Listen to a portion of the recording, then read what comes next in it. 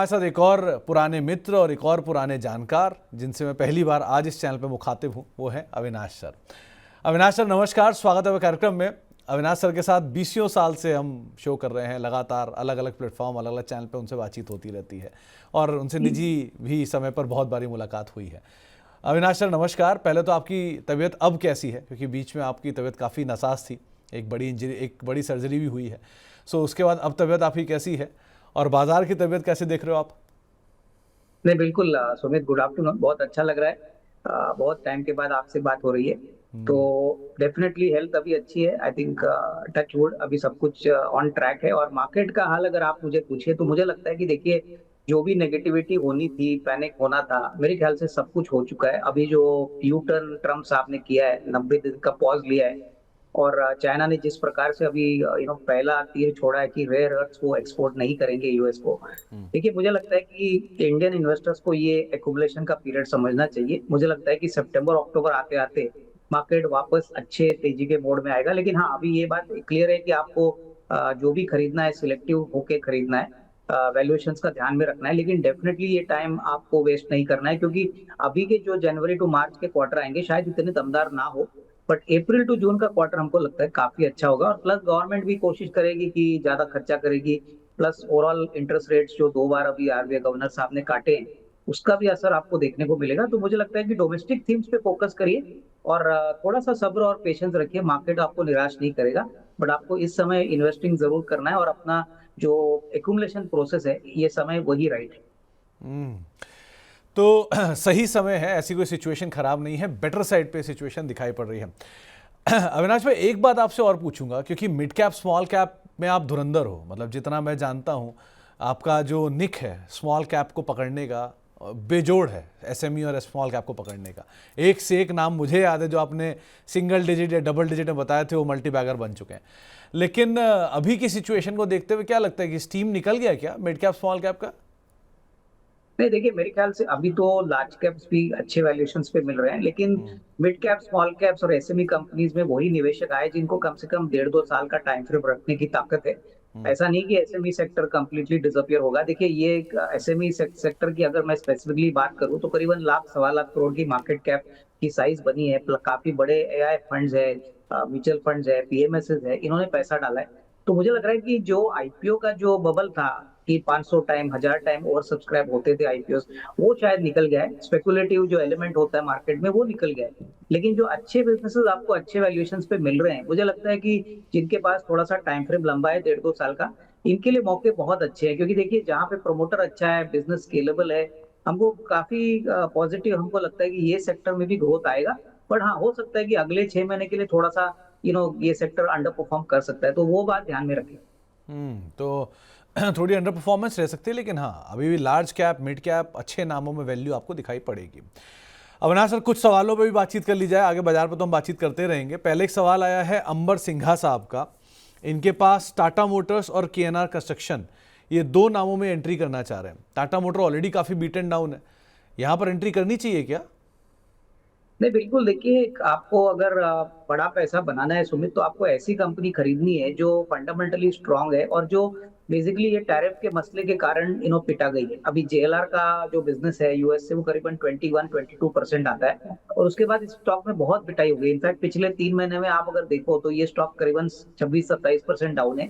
अभी कल ही ट्रम्प साहब ने कहा कि वो ऑटो और ऑटो कंपोनेंट कंपनीज को यूएस में सपोर्ट करना चाहते हैं। तो अगर ऐसा होता है तो हो सकता है कि इंडियन जो ऑटो कंपोनेंट कंपनीज है, ऑटो कंपनीज है, उनके लिए थोड़ी सी रियायत। ऑलरेडी देखिए, आज थोड़ा सा स्टॉक में एक पॉजिटिविटी हमको देखने को मिली है। लेकिन अगर इनको करीबन 12 से 15 महीने का व्यू लेके काम करना है, तो मुझे नहीं लगता है कि इनका जेएलआर बिजनेस यूएस में खत्म हो जाएगा। कहीं ना कोई सोल्यूशन जरूर निकलेगा। तो टाटा मोटर्स हम भी पॉजिटिव है, बट टाइम फ्रेम थोड़ा लंबा रखिए। और दूसरी और कंपनी कौन सी बोली थी इन्होंने? KNR construction. देखिए, केएनआर कंस्ट्रक्शन भी मेरे ख्याल से काफी वेल एस्टेब्लिश्ड ईपीसी प्लेयर है, और जानी जाती है कि प्रोजेक्ट्स बहुत टाइम से पहले कंप्लीट करती है। तो इनका भी करीबन 4,000 करोड़ का ऑर्डर बुक है। इनफैक्ट नंबर दिसंबर तक काफी स्ट्रांग है। और मुझे लग रहा है कि देखिए, पिछला सितंबर और जून में क्या हो गया था ना, कि गवर्नमेंट का स्पेंडिंग बिल्कुल रुक गया था, क्योंकि इलेक्शन का माहौल था। अभी इस अप्रैल टू जून और जुलाई टू सितंबर में हमको लगता है कि बहुत सारे infra projects, construction projects government implement करेगी और इससे इनकी ऑर्डर बुक और बढ़ेगी। तो नजरिया थोड़ा सा लॉन्ग टर्म रखे, ये भी एक अंडर वैल्यूड शेयर है और कंस्ट्रक्शन स्पेस में मुझे लगता है कि अच्छी ग्रोथ आएगी। तो दोनों शेयर में अगर निवेश करना है तो आप कर सकते हैं, लेकिन 12 टू 15 मंथ्स का टाइम फ्रेम जरूर रखें। धर्मेश जी पूछ रहे हैं, टाटा पावर 429 रुपए के दाम पर खरीदारी कर रखी है, 80 शेयर है, कैसे आप रीड कर रहे हो? देखिए, टाटा पावर में भी हमको लगता है कि आज खबर आई है कि एनटीपीसी के साथ इन्होंने बहुत बड़ा करार किया है रिन्यूएबल एनर्जी के लिए, और मुझे लगता है कि ये इनके फाइनेंशियल्स में शायद FY26 के सेकंड हाफ में देखने को मिलेगा। बट नजरिया अगर आपका शॉर्ट टर्म है तो शायद इतना इमीडिएटली ये नंबर्स में रिफ्लेक्ट ना हो, लेकिन टाटा पावर और पूरा पावर सेक्टर में हमको लगता है कि जिस प्रकार का सप्लाई क्रंच है, डिमांड बढ़ रही है और जो पुरानी एस्टेब्लिश पावर जनरेटिंग कंपनीज है, इनके लिए अगले 2-3 साल बहुत अच्छे रहेंगे। तो नजरिया थोड़ा सा लंबा रखिए, क्योंकि ऐसे शेयर में हमने देखा है कि बहुत बड़ी तेजी हो गई है, क्योंकि मैं जानता हूँ 50 रुपए से ये स्टॉक चल चुका है। तो अभी अगर आपके पास ये रेट पे स्टॉक है तो कम से कम 1.5-2 साल का टाइम फ्रेम लेके यहाँ पे होल्ड करें। थोड़ा सा टाइम फ्रेम लंबा रखना जरूरी है। तो थोड़ा सा टाइम फ्रेम बढ़ाना होगा तब ज़्यादा बेटर है। दीपिका उपाध्याय जी के पास पीएफसी के शेयर हैं, उन्होंने ये भाव नहीं लिखा किस भाव पे खरीदे हुए हैं, लेकिन वो पूछ रही है क्या प्रॉफिट्स बुक कर लें, तो इसका मतलब प्रॉफिट में ही है। सो क्या करते हो, क्या कहना चाहते हो आप इस पे? देखिए, अगर पैसा अच्छा बना है तो मैं यही कहूंगा कि कम से कम 50% बुक करे, बैलेंस क्वांटिटी जो भी है आपकी होल्ड करिए, और इसमें आपका थोड़ा बहुत कैपिटल निकल जाएगा। अगर कैपिटल आपका रिकवर होता है तो आपकी मार्जिन ऑफ सेफ्टी बढ़ेगी। लेकिन मैं ये भी कहूंगा कि पीएफसी, आरईसी, ये जो कंपनियां हैं, ये पावर स्पेस में बहुत अच्छी तरह से ग्रो करेगी, क्योंकि जिस प्रकार की अभी पावर इंफ्रास्ट्रक्चर एक्सपेंशन आ रहा है, ये ऐसी कंपनीज को मार्केट पोटेंशियल काफी है। इनफैक्ट जो रिन्यूएबल स्पेस है, इसमें आज इरेडा के नंबर्स भी आने वाले हैं, वहां पे भी नंबर्स एक्सपेक्टेड बहुत अच्छे हैं। तो पीएफसी में पोजीशन होल्ड करें, बट ज्यादातर पैसा अगर आपका अच्छा बना है तो 50% होल्ड करें, 50% बुक करें। तो अगर अच्छा पैसा बन रहा है तो एटलीस्ट थोड़ा सा कैपिटल निकाल सकते हैं, लेकिन बाकी आप बने रहो, कोई ऐसी हार्म नहीं है इस कंपनी के अंदर। इसके अलावा प्रीति अग्रवाल जी पूछ रही हैं, क्या अवध शुगर बाय कर सकते हैं अभी? अविनाश में क्या कहते हो आप? पूरा शुगर साइकिल के बॉटम पे पूरा शुगर खड़ा है, आप कोई भी शुगर उठा के देख लो। लग रहा है क्या ये अब रिस्क रिवॉर्ड के लिहाज से फेवरेबल साइड पे आ चुका है? नहीं, देखिए, गवर्नमेंट अभी कुछ अनाउंसमेंट की है, मैं कल 1-2 दिन के न्यूज अनाउंसमेंट्स पढ़ रहा था। उन्होंने कहा 30% जो एथेनॉल ब्लेंडिंग है वो 2030 तक उन्होंने टारगेट किया है। तो ये बात क्लियर है कि गवर्नमेंट कहीं ना कहीं, देखिए, ऑल्दो क्रूड के प्राइसेस अभी कम हो चुके हैं, क्रूड का जो कॉस्ट है वो थोड़ा बहुत मिनिमाइज करना चाहते हैं। तो यहाँ पे भी मैं यही कहूंगा कि थोड़ा सा इंतजार करिए। अगर अवध लेना है या बलरामपुर चीनी लेना है, टिपिकली जिनके पास भी मोलासिस प्रोसेसिंग कैपेसिटी है अपार्ट फ्रॉम शुगर, वही कंपनीज बेनिफिट करेंगे, और ज्यादातर जो इंटीग्रेटेड प्लेयर्स हैं। तो मुझे लगता है कि अवध भी खरीद सकते हैं, बट नजरिया कम से कम 12 से 15 महीने रखिए, क्योंकि ये एक साइक्लिकल धंधा है, और जब साइकिल अच्छी तरह से शुरू होती है तभी ऐसे शेयर्स में अच्छी तेजी देखने को मिले, क्योंकि अभी तो शुरुआत। तो यहाँ पे थोड़ा निवेश बनता है, बट नजरिया 12 से 15 महीने रखिए। तो आपका नज़रिया 12 से 15 महीने का रखिए, और अगर आप लेना चाह रहे हैं तो थोड़ा थोड़ा एटलीस्ट आप ऐड कर सकते हैं। थोड़ा सिचुएशन बदलेगा, साइकिल बदलेगी, तब यहाँ पर कुछ इंप्रूवमेंट आना चाहिए। राहुल राज साहब के पास हीरो मोटोकॉर्प के शेयर हैं करीब 4250 रुपये के दाम पे, अविनाश भाई, और ये ऑटो के सबसे सस्ते वैल्यूएशन वाले शेयरों में से एक है। करना क्या चाहिए इसमें? नहीं, टू व्हीलर मार्केट, देखिए, मुझे लगता है कि होपफुली इस साल अगर रूरल डिमांड बढ़ती है, इंटरेस्ट कट का जो भी बेनिफिट आएगा सुमित, देखिए, वो पहले टू व्हीलर पे ही आएगा, क्योंकि ये सस्ती गाड़ियां होती है। और दूसरी बात, इन्होंने काफी पैसा इलेक्ट्रिक व्हीकल के बिजनेस में भी डाला है, तो वहां से भी हमको लगता है कि कहीं ना कहीं वैल्यूएशन अनलॉकिंग आएगा, क्योंकि उस कंपनी का भी पब्लिक इशू बहुत जल्दी आने वाला है। और हमको लगता है कि देखिए, इस कंपनी को बेसिकली कैश फ्लो अगर हम देखें या कैश की पोजीशन देखें तो कभी कोई प्रॉब्लम नहीं थी, बिकॉज काफी वेल मैनेज्ड है। बट ग्रोथ मोमेंटम तब आएगा जब आपको पॉसिबली सेकंड हाफ में, सितंबर टू मार्च में, वॉल्यूम ग्रोथ तेजी से देखने को मिलेगा, क्योंकि पिछले 1-2 महीने में वॉल्यूम का ग्रोथ नंबर थोड़ा सा सॉफ्ट था, तो इसलिए मार्केट्स को ये नंबर्स इनके दिसंबर के पसंद नहीं आए। बट जिनको लंबी अवधि, साल भर का नजरिया लेके काम करना है, प्लस मानसून के बाद का जो प्रोग्रेस आएगा, क्योंकि मुझे लग रहा है आज 3 बजे अपना जो मेट का डिपार्टमेंट है उसका एक फोरकास्ट आने वाला है मानसून का। तो अगर मानसून फोरकास्ट अच्छा पर वो कहते हैं, तो डेफिनेटली इसमें कहीं ना कहीं शॉर्ट टर्म में भी एक थोड़ा बाउंस आपको देखने को मिले, बट लॉन्गर टर्म में अच्छा पैसा बनेगा, तो यहाँ पे निवेशित रहिए। फिलहाल आप बने रहो, कोई हार्म नहीं है, कंपनी अच्छी है, समय दीजिए, पैसा ही बन जाएगा इसमें। बातचीत करने के लिए हमारे साथ खेवांग मौजूद हैं लाहौल स्पीति से। खिवांग साहब नमस्कार। हाँ जी सर, नमस्ते सर। नमस्कार खिवांग जी, आप कहाँ से बोल रहे हो, लाहौल से कि स्पीति से? स्पीति से बोल रहे हैं सर, हिमाचल प्रदेश। स्पीति से। तो खिवांग साहब वहाँ पर कैसा इक्विटी कल्चर, क्योंकि जगह तो बहुत छोटी है। हाँ जी सर, मैं तो ऐसी ऑनलाइन थोड़ा इन्वेस्टमेंट कर देता हूँ तो मोबाइल से ही। आपको मिलते हैं परिचित लोग इक्विटी में पैसा डालने वाले? हाँ जी, कभी कोई कोई मिल जाते हैं यहाँ पे भी। अच्छा, तो कैसे ट्रैक करते हो, भाव वगैरह मिल जाता है आपको सब, नेटवर्क या इंफ्रास्ट्रक्चर पूरा? हाँ जी सर। चलो बढ़िया बढ़िया। कब से हो मार्केट में आप खिवांग साहब? मेरे को तो अभी ज्यादा दिन हुए, 3-4 महीने ही हुए हैं। लास्ट 3-4 ईयर से था मैं। ओके, तो आप क्या ट्रेडिंग करते हो, इन्वेस्ट करते हो? इन्वेस्ट करते हैं बस, ट्रेडिंग तो करते नहीं है। चलिए बहुत बढ़िया। तो बताइए खिवांग साहब, क्या सवाल है आज आपका?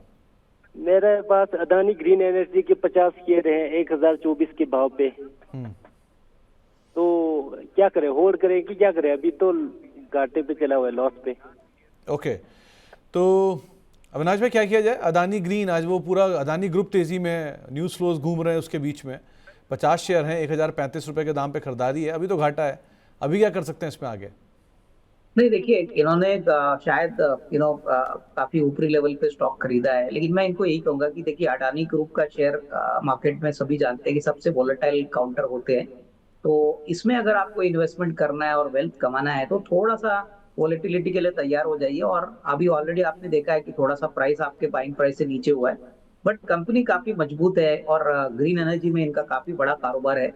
देखिए यहाँ पे मैं यही कहूंगा कि नजरिया आपका कम से कम 1.5-2 साल होना चाहिए, क्योंकि ऐसी कंपनीज में अनलेस डेटा पॉइंट्स अच्छे आते हैं, कोई बड़ा एक्सपेंशन आता है, उसके बाद ही स्टॉक में आपको फंडामेंटल रेटिंग देखने को मिलेगी। तो अगर आपका 1.5-2 साल का टाइम फ्रेम है तो ही यहाँ पे निवेशित रहिए, क्योंकि अदरवाइज ये ज्यादातर ट्रेडर फेवरेट वाला भी स्टॉक है, बहुत जल्दी ऊपर जाता है, बहुत जल्दी नीचे भी आते हैं। तो यहाँ पे 2 साल का व्यू रखिए, यहाँ पे पोजीशन होल्ड करें। कंपनी अच्छी है, लेकिन आपने थोड़ा सा लेवल पे लिया है तो आपको शायद एक 1.5-2 साल इंतजार करना पड़ेगा। तो खिवांग साहब आप बने रहो, वैसे कंपनी खराब नहीं है, बस थोड़े ऊपर के लेवल पे आपने खरीदारी कर ली है। धीरे धीरे ये पूरे ग्रुप की जो बाकी कंपनियां हैं जिनका वैल्यूएशन महंगा था, वो अब केपेक्स कर रहे हैं, नंबर्स इंप्रूव करेंगे और आने वाले समय में चीज़ें बेटर हो जाएंगी। सो अभी के केस में एटलीस्ट आप बने रहो, ज़्यादा बेटर है। इसके अलावा अब एक सवाल आया है प्रिया जी का, इनके पास नाल्को के शेयर हैं 233 रुपये के दाम पर और इंडो फार्म इक्विपमेंट के शेयर हैं 280 रुपये के दाम पर। अविनाश भाई ये सही जगह पे फिट हुआ है सवाल आके, क्योंकि इंडो फार्म पे जा रहा है, आप ही दे पाओगे, ये मुझे अनुमान है भी। सो नाल्को और इंडो फार्म, क्या किया जाए इन दोनों में? नहीं भाई, देखिए इंडो फार्म इक्विपमेंट मुझे लगता है एक नया आईपीओ वाली कंपनी है और बेसिकली दिल्ली की नॉर्थ की कंपनी है। काफी पुरानी कंपनी है और हम जानते हैं कि प्रमोटर भी काफी वेल एस्टेब्लिश्ड है, अच्छा धंधा करते हैं। लेकिन अनफॉर्चुनेटली देखिए, जो आईपीओ प्राइस से इन्होंने शेयर इशू किया था उसके बाद काफी कटाई हो चुकी है। तो मेरा तो मानना है कि देखिए ऐसी कंपनीज में अगर आप बुरी तरह से फंसे हुए हो तो थोड़ा सा इंतजार करिए, क्योंकि आज मानसून का रिपोर्ट आने वाला है मेट डिपार्टमेंट से। प्लस अगर होपफुली आने वाला साल मानसून के लिए अच्छा होता है तो एग्री रिलेटेड जो भी कंपनियां है, मुझे लगता है देखिए उनको तो सबसे बड़ी बात इम्पोर्ट टैरिफ से कोई लेना देना है नहीं, वो डोमेस्टिक मार्केट वाली कंपनियां है। तो थोड़ा सा इंतजार करें, कंपनी अच्छी है लेकिन सही प्राइस पे शायद एंट्री नहीं की इन्होंने। तो मेरा मानना है कि कम से कम यहाँ पे 6-12 मंथ्स का टाइम फ्रेम देना जरूरी है। तो यहाँ पे मेरे ख्याल से लॉस में पोजीशन बुक मत करिए, कंपनी अच्छी है। अनफॉर्चुनेटली थोड़ा सा आईपीओ के बाद ये सेल ऑफ देखने के बाद लोगों को लगता है कंपनी खराब है, ऐसा नहीं है। तो आपको मिनिमम 6-12 मंथ यहाँ पे निवेशित रहना है, यही मेरी तरफ से राय रही। और नाल्को को लेकर? देखिए नाल्को में मुझे लगता है कि जो मेटल सेक्टर है वो बहुत वोलेटाइल है, बिकॉज अल्टीमेटली करेंसी और जो टैरिफ्स है वो बहुत ही इंपॉर्टेंट रहेंगे।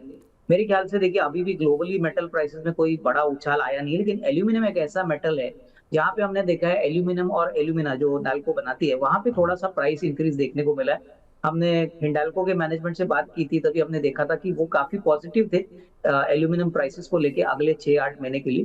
तो यहाँ पे मेरे ख्याल से अगर इनका टाइम फ्रेम 6-8 मंथ है तो ही निवेशित रहिए, क्योंकि ये कमोडिटी सेक्टर है, जब चलेगा तब बहुत चलेगा और जब नहीं चलेगा तब आपको परेशान करेगा। तो यहाँ पे पोजीशन होल्ड करिए, लॉस पे बुक मत करिए, बट हाँ 6-8 मंथ मिनिमम टाइम फ्रेम रखिए। 2-3 क्वार्टर जाने के बाद आपको एक अच्छा प्राइस इंप्रूवमेंट दिखने की पॉसिबिलिटी है। तो अभी आप थोड़ा सा समय दे सकते हैं। इसके अलावा एक सवाल आया है यूनाइटेड स्पिरिट्स पर, 1377 रुपये के दाम पर खरीदारी कर रखी है, और दूसरा डालमिया भारत, यहाँ पर भी खरीदारी कर रखी है। अविनाश भाई पूरा इम्पैक्ट जो आया ट्रेड वॉर का वो यूएसएल पे कोई खास इम्पैक्ट करके नहीं गया। ऑब्वियसली ये डोमेस्टिक कंजम्पशन स्टोरी है पूरी की पूरी। तो इसको आप कैसे रीड कर रहे हो? और दूसरा, Dalmia Bharat strong capacity, strong player, लेकिन शेयर में चाल नहीं है, सो क्या रीड किया जाए? ये देखिए, अगर हम यूनाइटेड स्पिरिट्स की बात करें तो मुझे लगता है कि देखिए लिकर मार्केट इंडिया में बहुत तेजी से बढ़ रहा है। इनफैक्ट मुझे लगता है कि आने वाला साल इनके लिए बहुत अच्छा रहेगा, क्योंकि कहीं ना कहीं कंजम्पशन रिलेटेड प्रोडक्ट है, और जो भी कंजम्पशन से रिलेटेड है मुझे लगता है कि गवर्नमेंट चाहेगी कि मास प्रोडक्ट हो या लग्जरी प्रोडक्ट हो, इसका डेफिनेटली एक इंसेंटिव गवर्नमेंट ने बजट में दिया है। हालांकि मैं नहीं कहूंगा कि बजट का इंसेंटिव लोग लिकर खरीदने के लिए करेंगे, बट ये एक ऐसा प्रोडक्ट है जहाँ पे मार्केट शेयर और ज्योग्राफिकल रीच इनका बहुत स्ट्रांग है। तो मुझे लगता है कि नॉट ओनली मार्च क्वार्टर जो अभी आएगा, बट इवन अगले साल नंबर्स अच्छे आएंगे। तो यूनाइटेड स्पिरिट्स में बने रहे, क्योंकि देखिए मोस्ट इम्पोर्टेंटली जो डोमेस्टिक मार्केट शेयर है इनका, इनको कोई कॉम्पिटिटर नियर टर्म में इनको कोई तकलीफ दे नहीं सकता। प्लस प्राइसेस अभी ऑफ लेट काफी दूसरे लिकर कंपनीज के नंबर जो आए हैं, इसका यही मतलब निकल रहा है कि वॉल्यूम भी बढ़ रहा है और प्राइसिंग इंक्रीज भी आ रही है। तो यूनाइटेड स्पिरिट्स तो मार्केट लीडर है, तो डेफिनेटली इसमें अच्छी खासी बढ़त आपको अगले साल में मिल सकती है। दूसरा स्टॉक कौन सा था Sumit, if you can Dalmia help me? Bharat, Dalmia Bharat. हाँ, तो डालमिया भारत में देखिए मुझे लगता है इंफ्रा का सबसे बड़ा और सबसे इम्पोर्टेंट जो बिल्डिंग ब्लॉक है वो सीमेंट है। तो सीमेंट हमको लगता है कि second half of this financial year में आपको अच्छे नंबर्स देखने को मिलेंगे। हालांकि देखिए अभी ओरिएंट सीमेंट की एक नाम की कंपनी है, छोटा प्लेयर है, उनके नंबर्स कोई खास आए नहीं है। तो हो सकता है कि जनवरी टू मार्च में नंबर्स का शायद डालमिया सीमेंट के भी, भारत के भी नंबर्स इतने खास ना आए, लेकिन इनकी कैपेसिटी बड़ी है, इनका ज्योग्राफिकल रीच अच्छा है, और गवर्नमेंट जिस प्रकार से पैसा इंफ्रा पे खर्चा करने वाला है आने वाले साल में, उसका बेनिफिट इनको मिलेगा। तो थोड़ा सा टाइम फ्रेम यहाँ पे ज्यादा दे दीजिए, बट डेफिनेटली नजरिया अगर आप मीडियम टर्म रखते हो तो इसमें डेफिनेटली आपको पोजीशन होल्ड करनी है।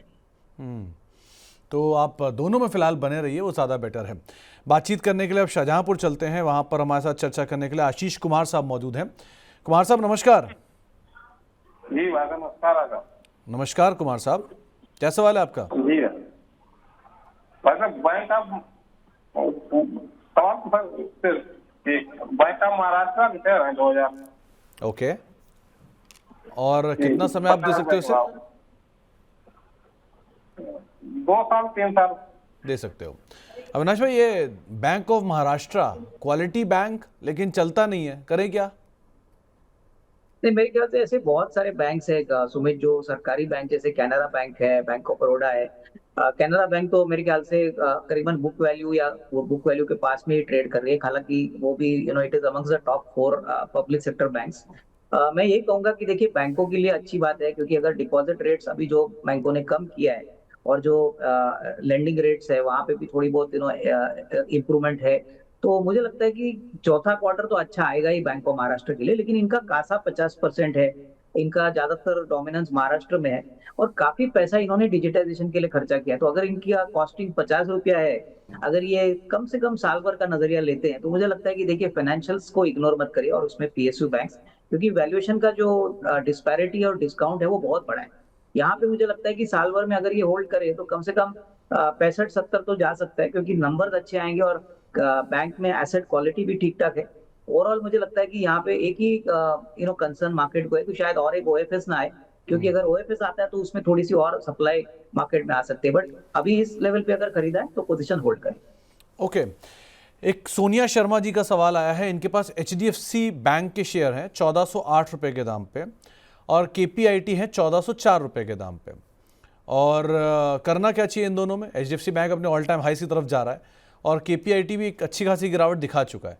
सो अब क्या करें इन दोनों में?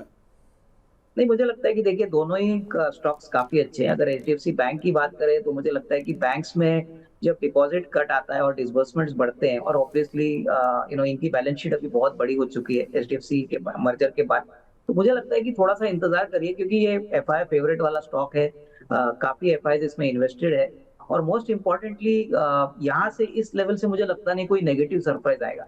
होपफुली इनका एक वैल्यू ट्रिगर है एचडीबी फाइनेंशियल सर्विस, जो उनकी एनबीएफसी कंपनी है, इसका भी पब्लिक इशू अभी बहुत जल्दी लाइंड अप है। तो यहाँ पे भी अगर इनका पब्लिक इशू होता है तो थोड़ा बहुत वैल्यू मोनेटाइजेशन इनको मिलेगा, तो यहाँ पे होल्ड करने की राय रहेगी। तो फिलहाल दोनों के अंदर ही आप बने रहें, ये एक राय आपको दी गई है। इसके अलावा एक सवाल अशोक मुंजाल साहब का आया है, बीएलएस इंटरनेशनल और वरुण बेवरेजेस को लेकर। इन दोनों में खरीदारी करने की इच्छा रख रहे हैं, क्या इन दामों पर खरीदारी कर लेनी चाहिए? नहीं बिल्कुल, देखिए BLS इंटरनेशनल मुझे मालूम नहीं कि आज का रेट क्या है, बट करीबन 350 360 का मैंने भाव देखा था। देखिए सुमित, ये कंपनी एक मोनोपोली प्लेयर है, वीसा के प्रोसेसिंग में काम करती है और बहुत ही एसेट लाइट बिजनेस है। इनफैक्ट अगर आप इसकी कैश पोजीशन देखें तो ऑलमोस्ट 800,000 करोड़ की कैश है, डेट भी ज्यादा नहीं है और पिछले साल 350 करोड़ का प्रॉफिट था। इस साल ऑलरेडी मेरे ख्याल से ऑलमोस्ट 400 करोड़ का प्रॉफिट तो पहले 9 महीने में इन्होंने कमाया। तो BLS में डेफिनेटली करीबन 500 रुपए का टारगेट प्राइस लेके यहाँ पे आप खरीद सकते हो। यहाँ पे हमारा ये रिसर्च बेस्ड कवर्ड स्टॉक है, तो हम इसके ऊपर काफी पॉजिटिव है।